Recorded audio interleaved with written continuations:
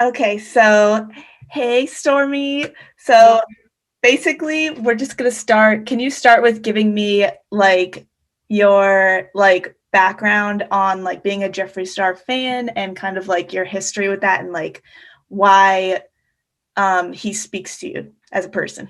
Well, I first knew Jeffree when he was in the music industry. He didn't used to be in makeup. He, Oh, so that's way back then. yeah, MySpace time. Um, and he started in the music industry, and he said that the music industry is very brutal. So, I was listening to Prisoner, all of his Beauty Killer, which became his one of his palettes, is one of his albums is Beauty Killer. Um, So he took all the money that he had in his music industry and put it into his makeup brand. So every penny he made from his music. And that's when he started his Velour liquid lipsticks, which was his first product. So Mm. I've known Jeffree since MySpace and his music career, which, me, a little scene emo kid, whatever you want to call it, was listening to when he was with BOTDF. So So how were you in middle school when all this was happening?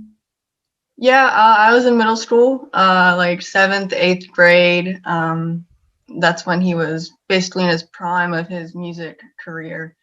Um, but he really portrayed himself towards the genre of the emo scene, alternative people. So that was Yeah. definitely something that, if you were in that community, you knew about Jeffree Star, and especially Blood on the Dance Floor, which a lot of those genres lean towards. Jeffree was also involved with, and he did tours with them. Yeah. I remember, well, I didn't know him at the time. I had heard of Warped Tour and I was kind of like in on the like scene emo thing and like Hot Topic was like obviously the shit. Yeah, his shirts and stuff. Yep. Yeah. Um but what was it about him? Like obviously your style is like still very much like that. So like what is it about him that like drew you into him and like I feel like it was because he was like so different and it was kind of like an F the system kind of like Yeah. mentality. And to me, like he still is like the type of person that like sticks up for what he believes in and like doesn't care about what anybody else says. Yeah, he has a very, very strong personality. And back then, the androgynous look and, was not very much accepted in that time. So Yeah. he was backlashed. And I feel like he really came up from that, setting a different standard of, what's accepted. Um, Yeah. but but Jeffree, I think the main reason he's so big now is because he is so different, and that's become more accepted. Mm. Are there other people like in the beauty community? Like tell me about like your history with like makeup. Did you start getting into makeup like because of him and like always kind of like modeled your looks after him or was there other people in the makeup community that you liked as well? Um, well, I started doing makeup in middle school. I was in color guard, so we were expected to do our makeup. Mm. But at that time, he wasn't making makeup. So Oh yeah, that's right. again, I knew him from his music career. So when I found out that he was starting a makeup line, I was very much interested because I was growing up at that time. So that's around the same time that I become interested in makeup and, finding my own identity. Mm. And when I didn't really like get into his makeup right off the bat. He had like some lipsticks. He hadn't made his first palette until like a year or two after that. But when I really started getting into his makeup was in high school, like right after high school. Um, I discovered that I really liked makeup and I was good at it. Yeah. And I knew Jeffree, so I trusted his products and I just wanted to see what it was all about. And I found out that his products are very good. Like they're very different, just like him, his packaging, his shade names, his shades, his formula. And he puts a lot of money and effort into his products. And that's something that other big name brands like Morphe and Ulta, another carrier, don't really they do it for the profit, and they're basically the same. If you look at Morphe's palettes, they're black. Yeah. They don't have shade names on them, but Jeffree, like, every packaging is different. Every shade name, like, he puts so much effort into his stuff, so that really made me more interested in trying his stuff. Yeah. He really tells a story with his makeup and with, Oh, yeah. I feel like his marketing, the products also sells like his personality and like kind of like that counterculture like vibe. And like we're different and we don't care. Like what other people have to say. And like that is very much your persona. That's why I was like drawn to you because I was like, oh my God, she reminds me of me. Like Yeah, he definitely steps outside the box, and some people are afraid of that, but some people, that's what they really need in their life. That's basically why he sometimes is the main focus of a lot of drama scandals, because he doesn't care. Like, he can take some drama because he grew up and was just thrown drama all the time. So that's kind of his forte. Yeah. Yeah. So that kind of like brings me into what I wanted to ask you about that because I didn't know Jeffree as I haven't had like a relationship with him as long as like you have. And I feel like a lot of his marketing is kind of like, I know this person as if like I actually know him. Like he's my friend. I would stick up for him. I love his personality. I like want to be like him. But so when I discovered him kind of like when the Shane Dawson docuseries kind of became big. So obviously his past is so controversial. It kind of makes me wonder like, did he become popular like because of the drama? Or was it like, I don't know, I just want to get like your take on that. I think it's his affiliation with makeup and the scene emo community that he was around, because it's like Jeffree is a popular kid in school. And if you're like me, like a little scene kid that doesn't have any friends and isn't popular, it's a really big deal for a scene kid to be a popular kid. Like, being that out there, like Jeffree, I just felt drawn to him because he's like that. I look up to him. I mean, in the same sense that his past is bad. I mean, I feel like everyone has a bad past, and when you grow up, you're trying to find your identity, and being in the light like Jeffree was, he can't really have a private life. Everything is all out there. So his past videos of him making racial slurs and whatnot, I kind of took into context as, if I was in that position, like, someone's calling me bad names, someone's calling me the worst thing possible that could really get to me, my only reaction at a young age would be to say the most hurtful thing back.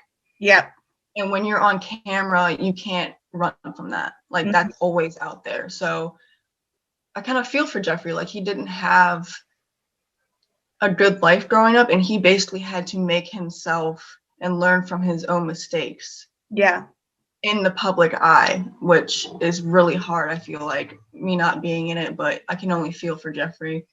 And the reason I think people still stand up for him and are still his fans is because they see a similarity to him and themselves. I've done some things that I'm not proud of, but you can only move forward and you can always learn. And Jeffree being so true to himself makes me feel like, I can still be myself, but learn from my mistakes and still be myself, basically. No, I totally agree with that because when he made his apology videos, it was like, wow, I can relate to that too. Cause like back in the day, of course, like when you're young and like people are bullies and like I mean, like I was a bully too. Like people are like nasty at such a young age and it's because like we don't know any better. And like Jeffree, like being that person of like, I'm going to like be different and like show people that like it's okay to be different. And obviously, like at the time, what was it, like 2010s, people did not like the whole like being like extrovertedly gay. Like people didn't like that. People made fun of that. And like obviously he was in like life-threatening situations. Oh yeah. Like, I mean, hearing his stories, I can't remember if it was a Shane docuseries or if it was on his YouTube channel where he told stories of like groups of people like beating him up just Yeah. because he wants to like wear makeup or like dress differently. Have pink hair, have like, just be different. Like he literally couldn't walk outside without his friends to feel safe. And that's again where his videos come in of people on the streets calling him the F word, not the sexual term F word, but the gay Yeah. term. And again, the only way to feel justified is to yell back things that would increasingly hurt the other person. And in that case, that person was African American, so you can only imagine. But yeah, Jeffree has come a long way, and I think out of all the self-made millionaires, I think Jeffree has really made a name for himself through everything he's been through. Yeah, I really feel like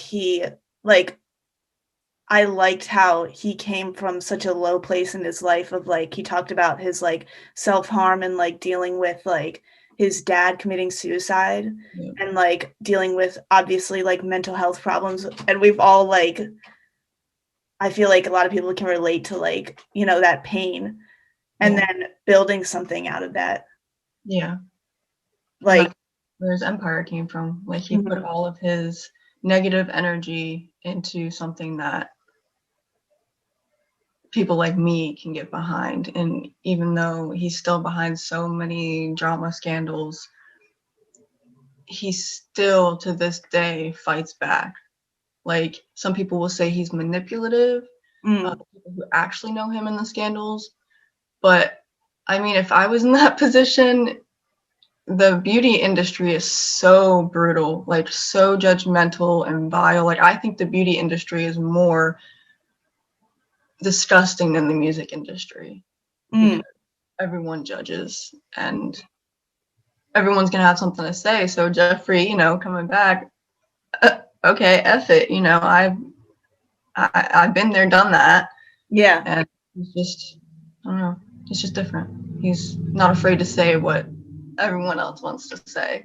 Yeah, and it's kind of like a fine line between being assertive and being strong and sticking up for yourself, or being seen as like being a bitch or mean or nasty or toxic.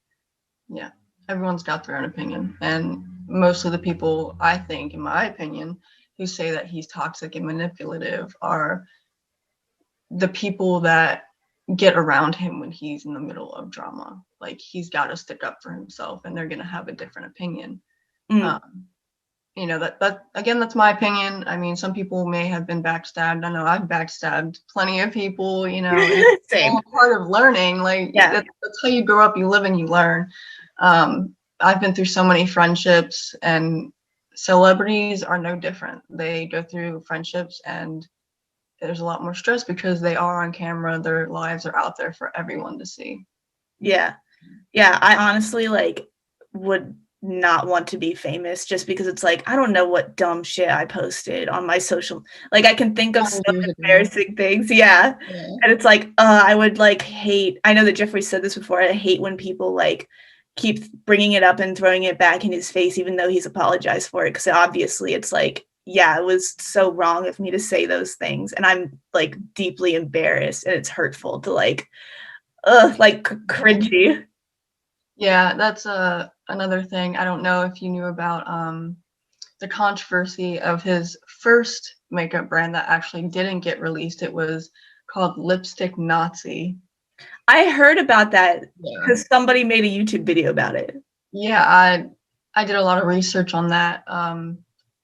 He was in a really dark place. Like he did a photo shoot for it, and it was literally him self-harming himself, and blood, and just the name Lipstick Nazi, that's not something that people really want to get into, but he admitted like that was a really dark time in his life. And his I guess take on it, on why he named it that, is because back then a Nazi was considered like, oh, don't be a Nazi, Karen, like Yeah, like not the actual German term, but like, oh, you're such a Nazi about it. Yeah. But of course, everyone's gonna take it differently. And of course, he did the photo shoot of the self-harming, and that actually, in my opinion, wasn't a good move. But he came back. I feel like that, even like your parents say, bad attention is sometimes better than good attention.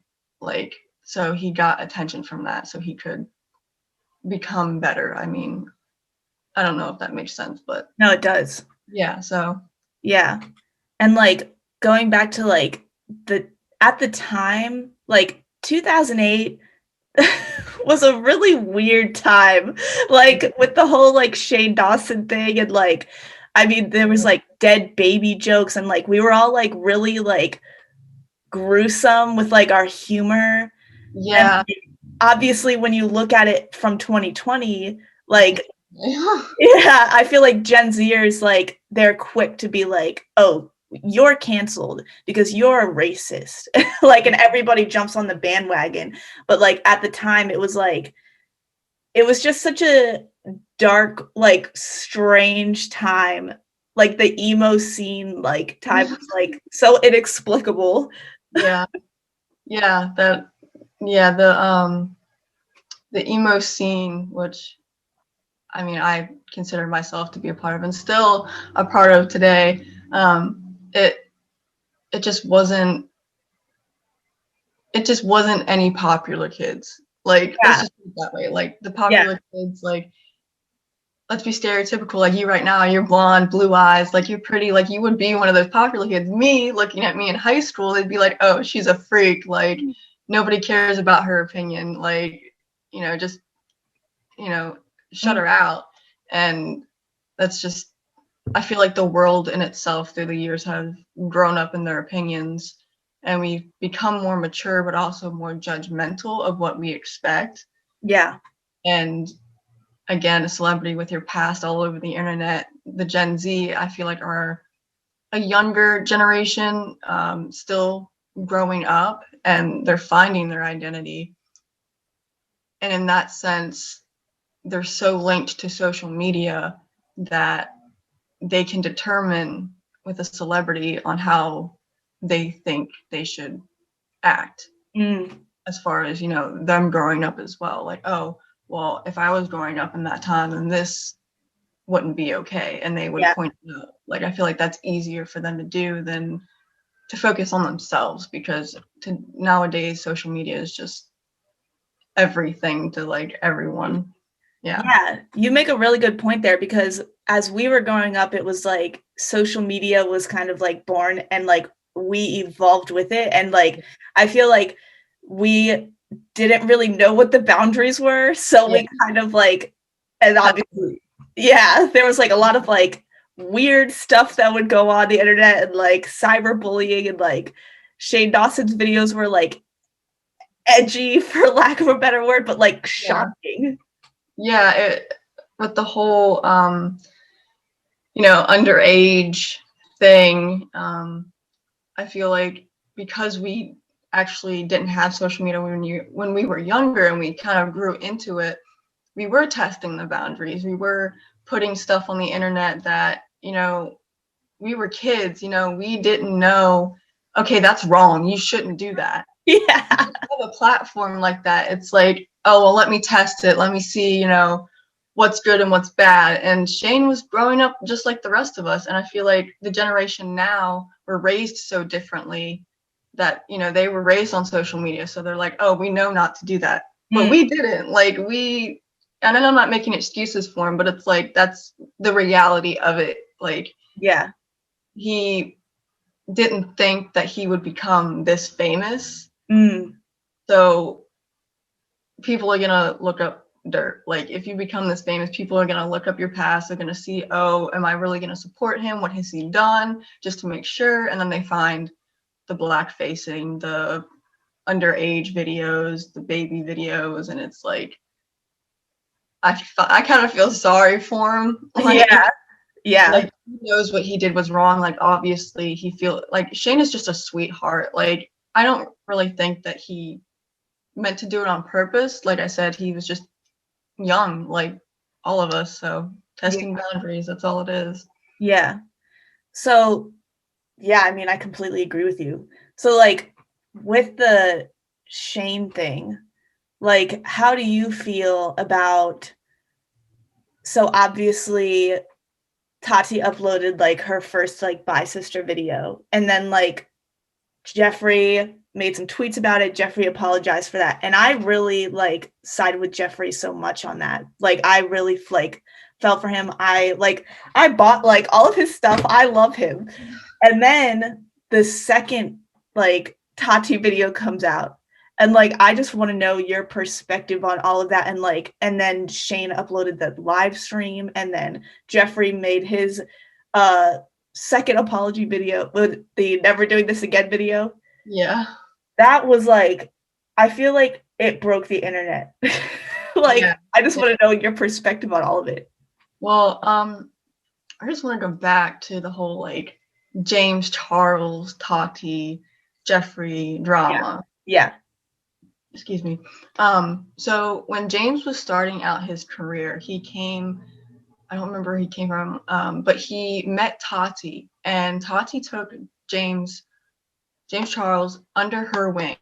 And that was when he was starting his YouTube and getting big. So from the beginning, Tati and James were like basically mother and son, like, because James's mother wasn't really in the picture. And what had happened is it was the weekend of Coachella, which everyone knows Coachella is the biggest thing ever. And James really wanted to go, but he didn't have VIP tickets. And when you're a celebrity like that, you need VIP tickets for the security and just, you know, fans bum rushing you. But he didn't have tickets. He asked Nikita Dragon, who does some sponsorship for Sugar Bear Hair. And he's like, hey, do you think you could get them to send me some tickets? Like, I really want to get in. And Nikita was like, yeah, I'll send them, you know, their number. And Sugar Bear Hair reaches out to James and was like, hey, we'll get you these VIP tickets, but you have to do an Instagram story for us, like basically saying Sugar Bear Hair is the best, blah, blah, blah. And James accepted that offer. Now, the bad part about that is at that time, Tati was starting her own line of vitamins, which was called Halo. And just like you or me, if you have a famous friend and you're starting your line, you'd think your best friend would make a promotion for your new line. Yeah. And with Tati just coming out with it, her main competitor was Sugar Bear Hair. So to see James do an ad for her leading competition, I think really broke her heart. Like, that was like a backstabbing move. So she made that video of like Bi Sister saying that James was a predator, that he was talking very inappropriately. I'm sure you've seen the video, but just for people that don't know.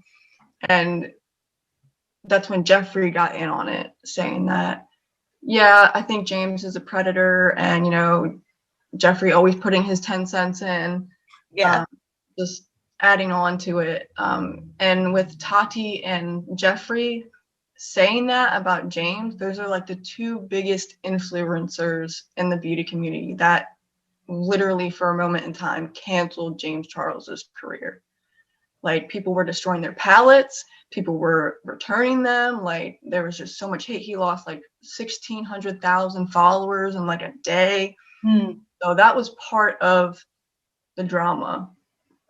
And with that, Jeffree calling James a predator, he's hanging out with Shane Dawson, which now the community has decided that Shane Dawson may be a predator.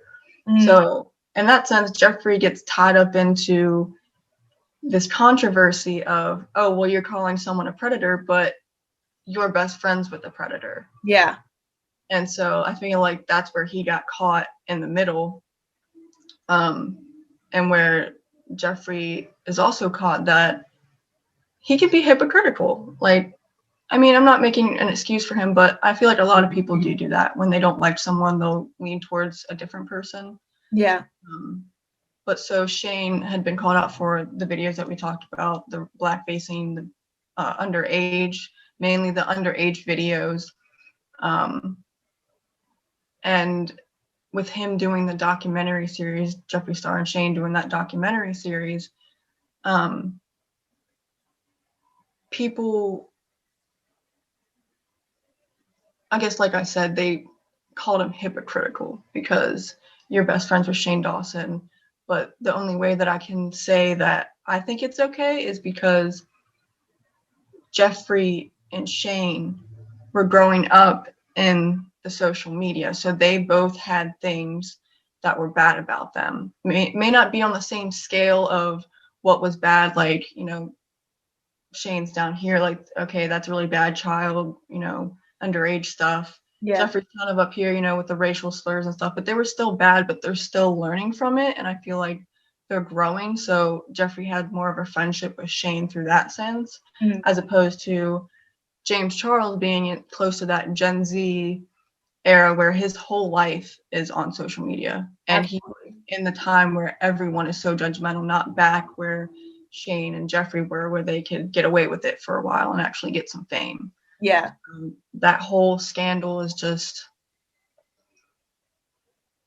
seniority, really. Yeah. Like, who has the upper hand, who's been there the longest, who has the most followers and the most fan base to basically support themselves. And that, whether they like it or not, is really how it goes. Because, like popular kids, the more friends you have, the better you are. I mean, and the less friends you have, you're shit out of luck. Like, yeah. So I think that's how I feel. He was just new to the scene as opposed to the veterans who can really have a say with their following. Yeah. Yeah, you make a good point with that. So when Tati uploaded her next video, which everybody freaked out about, like, and now Jeffree and Shane kind of are like, Jeffree's back on social media now. Shane's basically like laying low. We're not sure if he's canceled, He made that Instagram live video, and I know probably some of your classmates watch Meat Cannon on Facebook. Well, Meat Cannon did a whole parody of it, and Shane Dawson is basically canceled. I have not seen anything from Shane other than Ryland. Like, I don't think he's uploaded on Instagram. He hasn't uploaded a single YouTube video except for the last video he posted. He's been laying low. I haven't really seen anything on Twitter.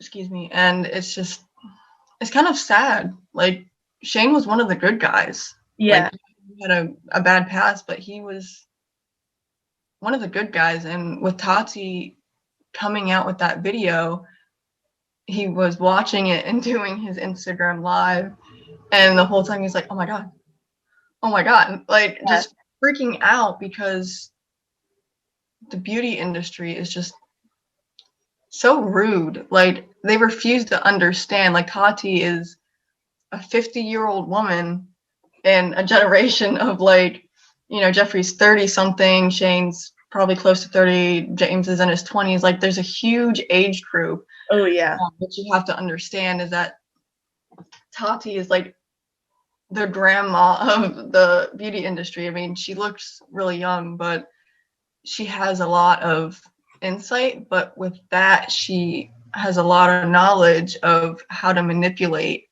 her audience, just like Jeffree, just like any big influencer. So when she made that video about Shane,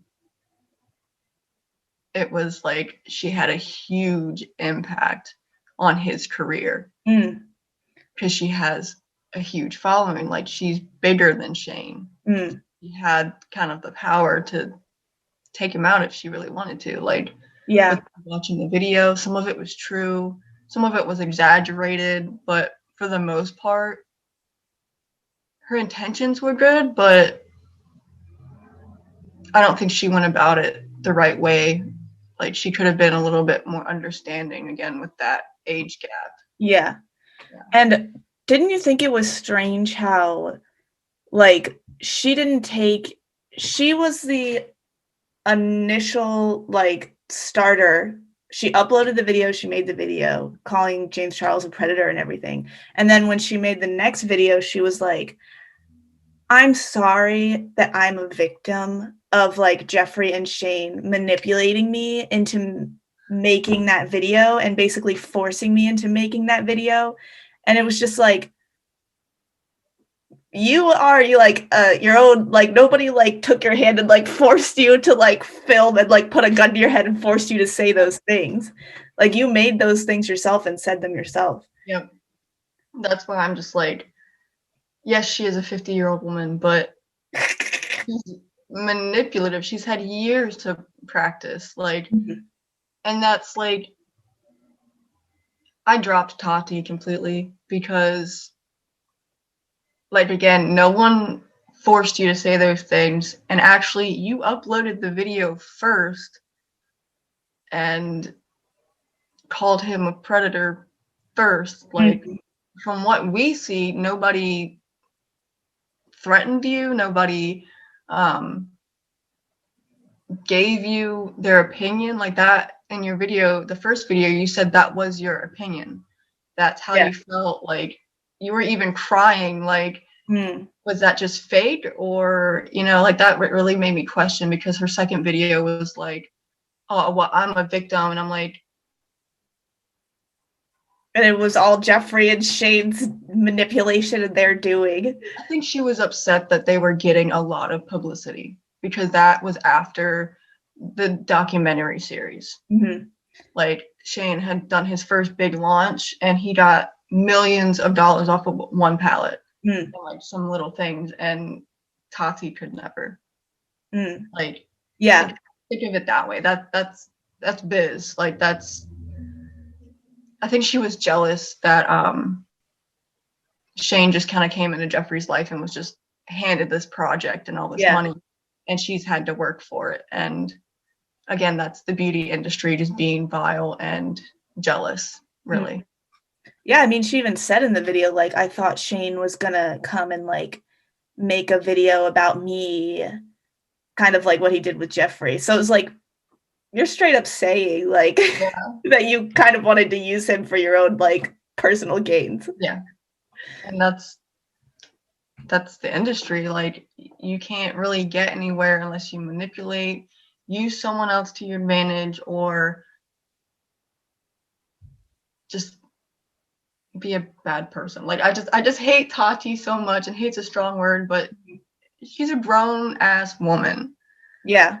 Like, excuse my French, but she's grown. Like, she should know better. She's like a parent figure. Like, it's frustrating. I wouldn't expect that from, like, I would expect that from a 20-year-old like James, but, you know, I'm not using James as a, you know, I don't know. Tati just second video was like, I was laughing the whole time. Like, you basically contradicted what you did in the first video.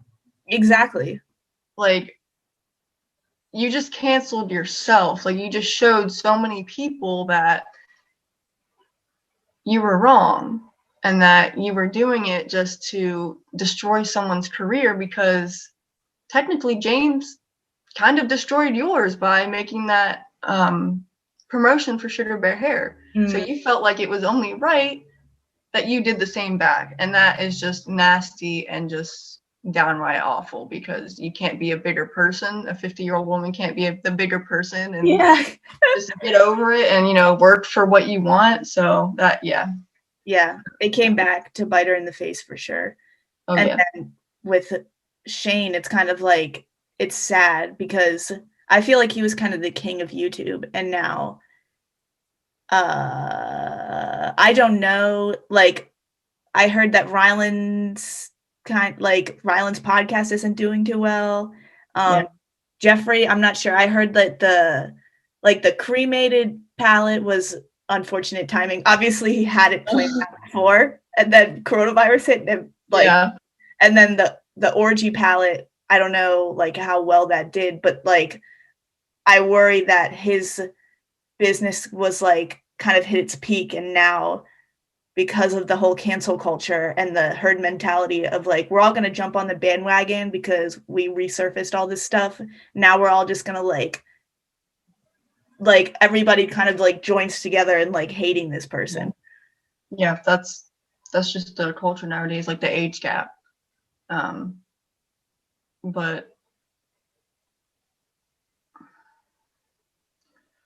with Jeffree, it's like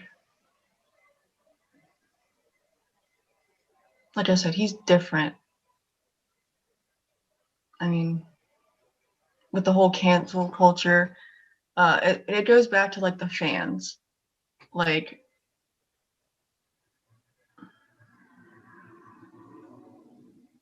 you gotta have a following, and it depends on how strong that following is. So, yeah, I don't know. Yeah, no, I feel you.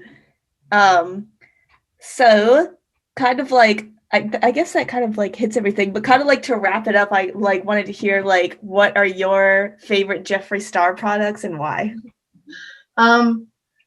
His eyeshadow palettes. Yes. His like going back to what you just said, like you thought his he reached his peak and fell. I don't think that. I think he's getting better and better. I mean, yeah, the cremated palette came out like right at the worst time because, you know, so many people are dying. Like they can't have that many burials, and like it's unfortunate, but like so many people are being cremated. But when you think of it from his perspective, his eyeshadow palettes take like almost 2 years to make. So he probably started that project a year ago and was like, the palette's already made. From a business perspective, it's like I have all these palettes, so yeah, and you don't want to sell like when it's the right time. I mean, it's still like months now and it's not over, but his orgy palette probably wasn't ready, so we couldn't like do that. And he has all these palettes and he doesn't want to sell expired makeup. He wants them to like go out so they're fresh. Yeah. And that's another thing that I love about him. He does what he wants, and his products show that. Like his eyeshadow palettes, every single palette except for the Beauty Killer and Androgyny are so different than anything else I have seen in the makeup community. Like you probably know as well, every palette is different. Every palette has a unique name and a shade line. Yeah, I like love this. Like this was Shane, yep. Iconic. Like and it got so much hype, like because of the theme and the story and like the go ahead. Look at the quality. Like just look at the rays, the metal, the name, like so much goes into making a palette. The clasps are like high quality.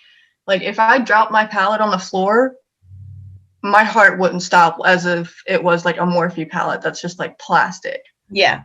So that is like it's just like Jeffree. I'm kind of like Jeffree in that sense where packaging is like I am a whore for packaging. Okay, it's gotta look good.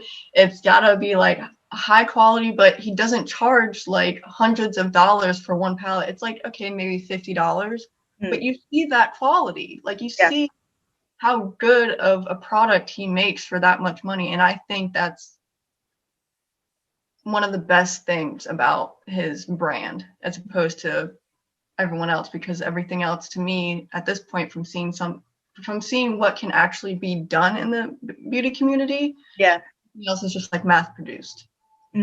And yeah, I like some other brands, but Jeffree stands out because he's so different. The Conspiracy palette looks amazing. He has a whole line of Blood Sugar, the Blue Blood, the Bloodlust, and now he just came out with Blood Money. Oh, yeah, I wanted to hear your take on Blood Money.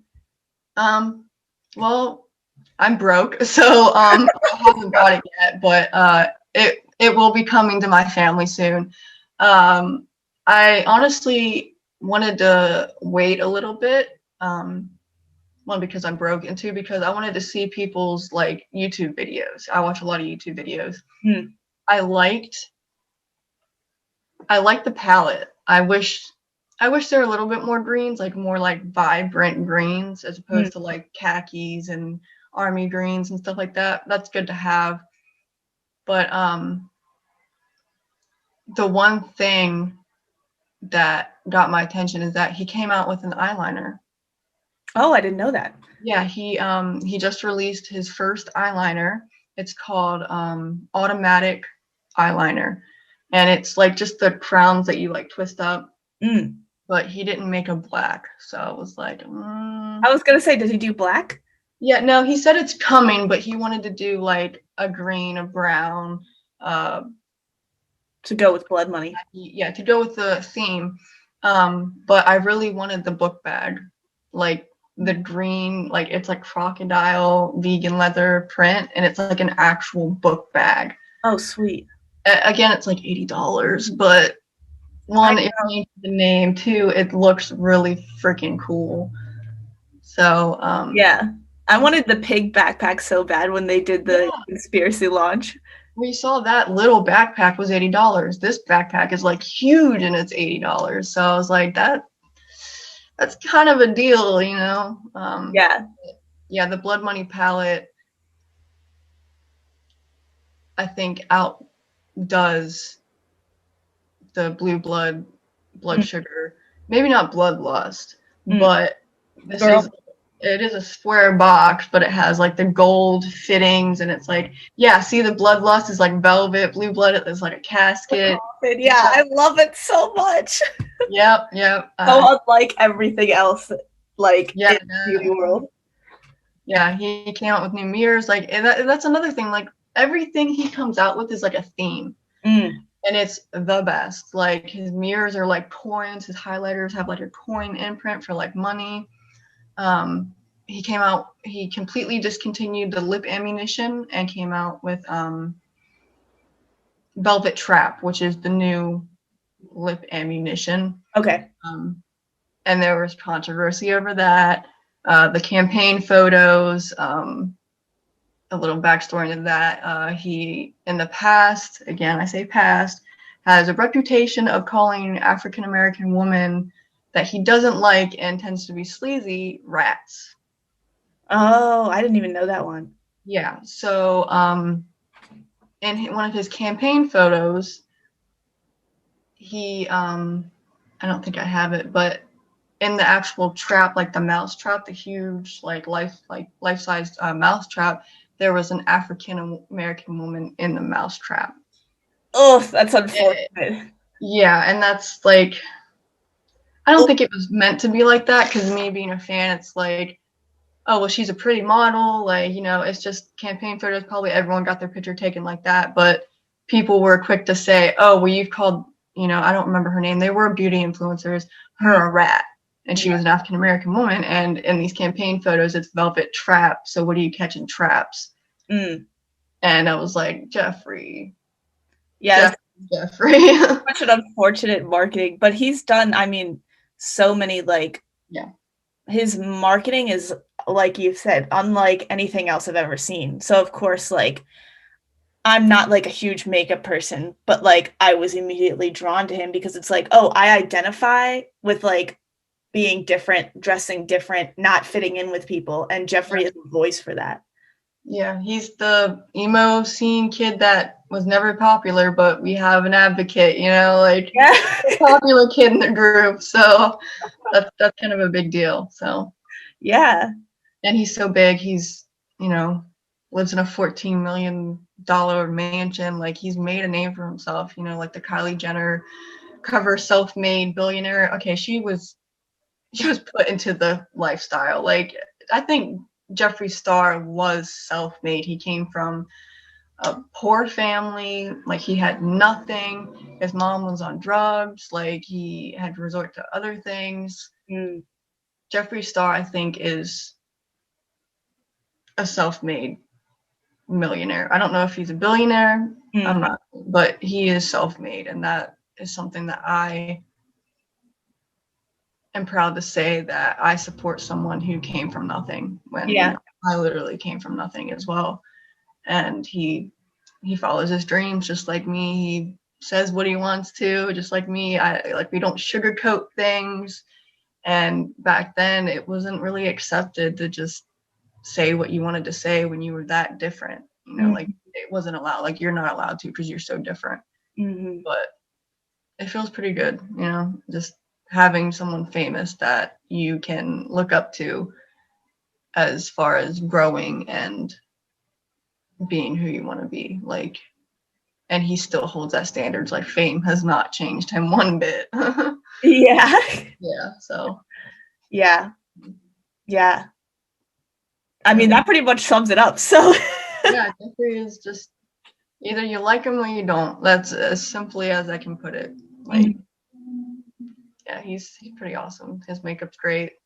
I used blood sugar today and jawbreaker and bloodlust. So. Oh, okay. I was wondering if you would use the Trisha color from Conspiracy. Yeah, I used that as a buffing shade. Oh yes. Oh well, you look beautiful. Yeah, my boyfriend picks out my colors. Oh, that's so cute. I have so many, it's just I can't pick, so he picks them out for me. That's so cute. I love that. Yeah. Well, is there anything else you'd want to say before we go ahead and sign off? If you want to know more about Jeffree, just go to his YouTube. That's all I can say. Yes, you won't be disappointed. Yeah, you won't. That's basically how you found out if you like him or not. So, yep, Jeffree's just either you like him or you don't. But thank you so much for letting me do this interview. Thank you for doing this, Stormie. I appreciate you so much. Awesome. It was a lot of fun. Yeah. Jeffree's a really fun topic. I could talk for hours about him. I know, right? Okay, I'm going to stop recording.